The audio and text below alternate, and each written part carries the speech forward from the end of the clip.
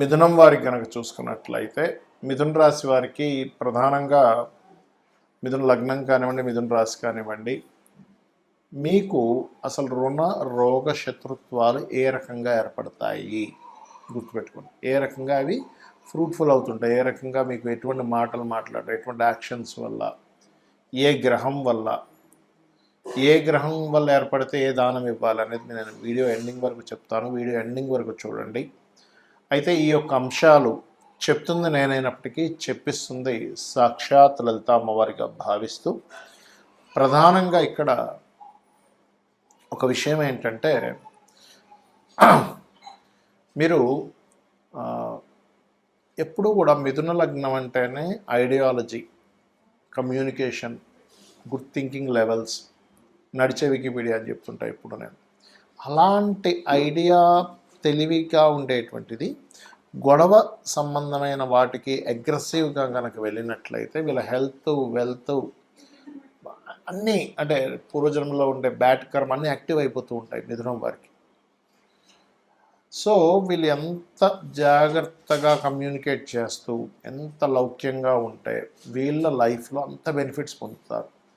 గొడవ అనేటువంటి మీరు చూడండి, మీరు ఎంత సర్వీస్ చేయండి అవతల వాళ్ళకి, మీరు ఎన్ని లక్షలు ఖర్చు పెట్టండి, కోట్లు ఖర్చు పెట్టండి, సమయం ఇవ్వండి, ఒక్క గొడవ చాలు మీ మధ్యనే శత్రుత్వం రావడానికి. శత్రువు అయిపోతాడు. అసలు ఏమిటిది, ఇన్ని రోజులు చేసిందంతా ఏమైపోయింది, ఒక్క గొడవ శత్రువుని తెచ్చేసిందా, అరే ఆశ్చర్యంగా ఉంది అనిపిస్తూ ఉంటుంది. కాబట్టి ఎట్టి పరిస్థితుల్లో కూడా మిథునం వారు గొడవల జోలికి వెళ్ళకండి. ఎందుకంటే ఇక్కడ కుజుడు మోస్ట్ ఈ పాత్ర పోషిస్తాడు. అంటే ఇంకా చాలా డ్రాస్టిక్ ఇదన్నమాట కుజుడు ప్రధానంగా ఇక్కడ. సో అందుకని ఈ మార్స్ రిలేటెడ్ థింగ్స్ అంటే గొడవలు పెట్టుకోవడము, ఇవే మెయిన్. ఒక్కొక్కసారి లీడర్ అవ్వడం వల్ల కూడా శత్రువులు అవుతుంటారు ఒక్కోసారి. అంటే ఏమిటి, ఈయన లీడర్ అవుతాడా, బట్ లీడర్ అయ్యి సక్సెస్ఫుల్గానే వీళ్ళు తీసుకెళ్తారు తెలివిగా, చాలా జాగ్రత్తగా, అందులో ఎటువంటి సందేహం లేదు. అయితే వీళ్ళు ఏంటంటే ఎక్కువగా హనుమత్ ఆరాధన చేస్తే పోతుంది. లలితా సహస్రనామాలు పఠనం కానీ శ్రవణం చేస్తే కూడా ఈ దోషం అనేటువంటిది పోతుంది. మరొక విషయం ఏంటంటే వీటితో పాటు కందులు ఎక్కువగా దానంగా ఇస్తూ ఉండాలి. గోవులు క్యారెట్స్ ఎక్కువగా తినిపిస్తూ ఉండాలి. కాలభైరవ అష్టకం కానివ్వండి, ఆంజనేయ స్వామి హనుమాన్ చాలీసా కానివ్వండి, అదేవిధంగా కుంకుమ, ప్రధానంగా మీకు దగ్గరలో ఆలయాలు ఉన్నట్లయితే కుంకుమ కానీ, సింధూరం కానీ, సింధూరం అయితే ఆంజనేయ స్వామి ఆలయాలకి, కుంకుమ అయితే అమ్మవారి ఆలయాలకి మీరు ఎప్పుడైతే అక్కడ కైంకర్యం కోసం అని మీరు ఇస్తుంటారో శత్రుత్వాలు ఖచ్చితంగా తగ్గడం మొదలు పెడతాయి. అయితే ఇక్కడ ఏంటంటే ఒక్కొక్క లగ్నానికి కొన్నిసార్లు 6th హౌస్ అయితే, కొన్నిసార్లు 11th హౌస్, కొన్నిసార్లు 2 హౌసెస్ అని చెప్పాను. ఇక్కడ 6వ అధిపతి అయితే డైరెక్ట్గా మనం లగ్నం నుంచి లెక్క పెట్టుకుని 6వ స్థానం ఎవరో దానికి దానం ఇచ్చేస్తాము. 11వ స్థానం అయితే 11వ అధిపతి ఎవరో దానాన్ని ఇస్తాము. అయితే ఇక్కడ మెయిన్ పాయింట్ ఏంటంటే ఇది లగ్నం నుంచే చూసుకోండి. లగ్నము తెలియదు అనుకునేటువంటి వారు రాశి జోలికి వెళ్ళొచ్చు, అందులో ఎటువంటి సందేహం లేదు. అయితే ఇక్కడ ఇప్పుడు ఒక్కొక్క గ్రహం వల్ల కూడా ఒక్కో రకంగా వస్తూ ఉంటుంది. ఇప్పుడు రవి ఉండి పాడయ్యాడు అనుకోండి, తండ్రి మూలంగానే రుణము, తండ్రి మూలంగానే అప్పులు. అదే రవి ఉండి బాగున్నాడు, ఎగ్జాల్టెడ్ హౌస్ అయింది అది. అంటే ఉదాహరణకి ఎలా అంటే ఇప్పుడు వృశ్చిక లగ్నం అయింది అనుకోండి, వృశ్చిక లగ్నానికి 6th హౌస్లో రవి ఈజ్ ఎగ్జాల్టెడ్, పాడవలేదు. అప్పుడేమవుతుంది, ఆయన వల్లనే మీకు బాగుంటుంది కూడా లైఫ్, అంటే ఆయన సపోర్ట్ వల్లే బాగుంటుంది. ఇక్కడ ఎంతసేపు రుణము అంటే మనం రుణపడి ఉన్నామా, మనకు రుణపడి ఉన్నారా ఈజ్ మోస్ట్ ఇంపార్టెంట్ థింగ్. ఇలా ఎప్పుడైతే మనకి రుణపడి ఉన్నారు అనేటువంటిది ఎగ్జాల్టెడ్ ప్లానెట్స్ వల్ల వస్తాయి. ఎప్పుడైతే ఇప్పుడు ఎగ్జాంపుల్ అదే శని ఉన్నాడు అనుకోండి, వృశ్చిక లగ్నానికి 6లో శని ఉన్నాడు అనుకోండి, పని వాళ్ళు అంటే వీళ్ళ కింద వర్క్ చేసేటువంటి వర్కర్స్ వల్ల వీళ్ళు ఎక్కువ స్ట్రెస్ అవుతూ ఉంటారు. వాళ్ళ వల్ల ఇలా అవ్వడం, డిస్టర్బెన్సెస్ అవ్వడం, ఇవన్నీ కూడా జరుగుతూ ఉంటాయి అట్లా. అయితే ఇక్కడ ఏంటంటే మెయిన్గా గమనించవలసినటువంటిది, ఇక్కడ ఎప్పుడైతే మీకు రవి ఉండి పాడయ్యాడు అప్పుడు గోధుమలు దానంగా ఇవ్వండి. కేజీంబావు గోధుమలు, రెడ్ కలర్ క్లాత్. ఫస్ట్ అయితే 7 వీక్స్ ఇవ్వండి. వీలైనంత మటుకు సూర్య ఆలయాలకు వెళ్ళండి. తండ్రి యొక్క బ్లెస్సింగ్స్ తీసుకోండి, ఎందుకంటే వాళ్ళతోనే గొడవలు కూడా ఉంటాయి. వాళ్ళతోనే వాళ్ళ మూలంగానే లేదా వాళ్ళ బంధువర్గం మూలంగానే వస్తూ ఉంటుంది. అయితే బంధువర్గం మూలంగా రావాలంటే ఎక్కువగా బుధుడు పాడవాలి 6వ స్థానంలో. 6లో కానీ 11లో కానీ బుధుడు పాడైతే అది 11వ స్థానం కూడా పాపైతే, శుభుడైతే కాదు, పాపై పాడైతే కనుక ఖచ్చితంగా బంధువర్గాలు అప్పుల వల్లే వస్తూ ఉంటాయి. అప్పుడు ఏంటి, పెసలు ఇవ్వండి. ఒకవేళ చంద్రుడు పాడయ్యాడు, 6వ స్థానంలో ఉన్నాడు లేదా 11వ స్థానంలో ఉండి పాడయ్యాడు, అప్పుడు బియ్యము దానంగా ఇవ్వండి. ప్లస్ గోవులకి కాస్త మీరు ముల్లంగి తినిపించండి, ఖచ్చితంగా బాగుంటుంది. అలా కాకుండా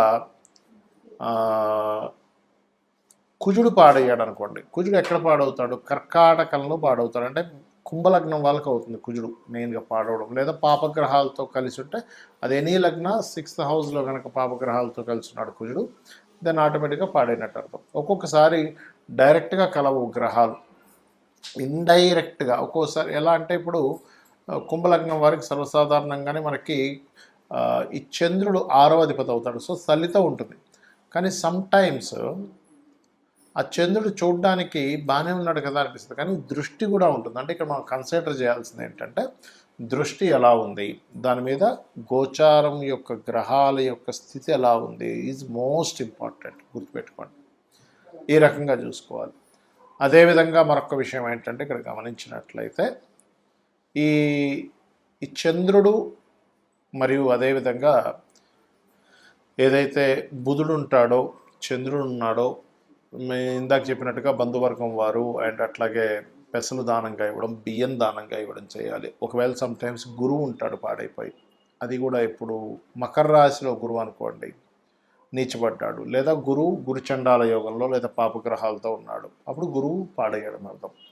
అప్పుడు ఏం చేయాలి అంటే సింపుల్గా ఏం లేదు. ఇక్కడ మీరు ఏంటంటే ఇలా ఉన్నప్పుడు శనగలు దానంగా ఇవ్వడం, దత్తాత్రేయుడు యొక్క ఆరాధన చేయడం, గోవులకి అరటికాయలు తినిపించడం చేస్తూ ఉండండి. అదేవిధంగా శుక్రుడు అనుకోండి, స్త్రీల ద్వారా వస్తూ ఉంటుంది ఎక్కువగా ఇబ్బంది, శత్రుత్వాలు కానీ సుఖ వ్యాధులు రావడం కానీ జరుగుతూ ఉంటుంది. అలాంటప్పుడు బొబ్బర్లు దానంగా ఇవ్వండి. సమ్టైమ్స్ శని వల్ల వచ్చినప్పుడు మాత్రం ఇది ఎక్కువగా రోగం మీద ఎఫెక్ట్ చూపిస్తుంటుంది. హెల్త్ బాగోలేదు, హెల్త్ వల్ల ఇబ్బంది పడ్డాము, హెల్త్ వల్ల ఎక్కువ స్ట్రెస్ అవుతున్నాము, ఇటువంటివన్నీ కూడా మీరు చూస్తూ ఉంటారు. ఇక రాహు గనకైతే కనబడదు, రీజన్ తెలియదు, రీజన్ అర్థం కాదు, కాబట్టి అట్లా ఉంటుంది.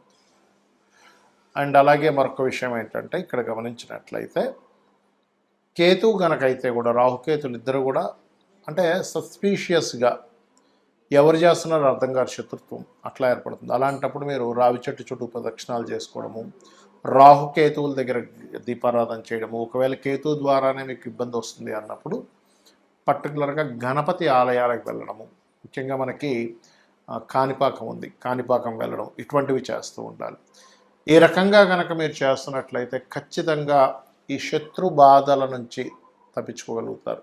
బికాజ్ ఆఫ్ మనకేంటంటే మన చుట్టూనే శత్రువులు వస్తారంటే ఎలాగ తండ్రి, తల్లి, బంధువర్గం రూపంలో, ఫ్రెండ్స్ రూపంలో, కొలిక్ రూపంలో మనం వాళ్ళకి రుణపడి ఉన్నాం, వాళ్ళతో మన పూర్వజన్మలో శత్రుత్వాలు పెట్టుకున్నాం, ఆ శత్రుత్వం తీర్చుకోవడానికి వచ్చారు.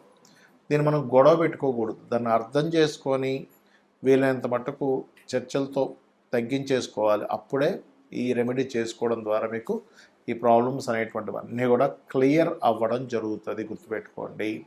సమ్ టైమ్స్ కొంతమందికి దానం ఇవ్వలేని పక్షంలో గోవుకి తినిపించవచ్చు, అయితే నువ్వులు మాత్రం తినిపించొద్దు, నువ్వుల ప్లేస్లో బెల్లము తినిపించవచ్చు. కొన్నిసార్లు తల్లిదండ్రులు ఇవ్వచ్చు ఈ దానాలు పిల్లల విషయంలో, అంటే పిల్లలకి హెల్త్ ఇష్యూ బాగాలేదు, తల్లిదండ్రులు ఇవ్వచ్చు, పిల్లలకి శత్రుత్వాలు పెరుగుతున్నాయి, తల్లిదండ్రులు ఇవ్వచ్చు. బట్ ఇక్కడ ఏంటంటే దీనికి మంత్రం కూడా ఉంటుంది, ఓం కర్పూర వీటి కామోద సమాకర్ష దిగంతరాయ నమః అని చేసుకోండి. అదేవిధంగా తూర్పు వైపు, ఇంట్లో లైట్ గ్రీన్ కలర్ తూర్పు వైపు వేసి అక్కడ రాముడి యొక్క పట్టాభిషేకం బొమ్మ గనక పెట్టినట్లయితే ఖచ్చితంగా మీకు ఈ శత్రు సంబంధించిన విషయాలని కూడా తగ్గుతాయి. శ్రీమాత్రే నమః.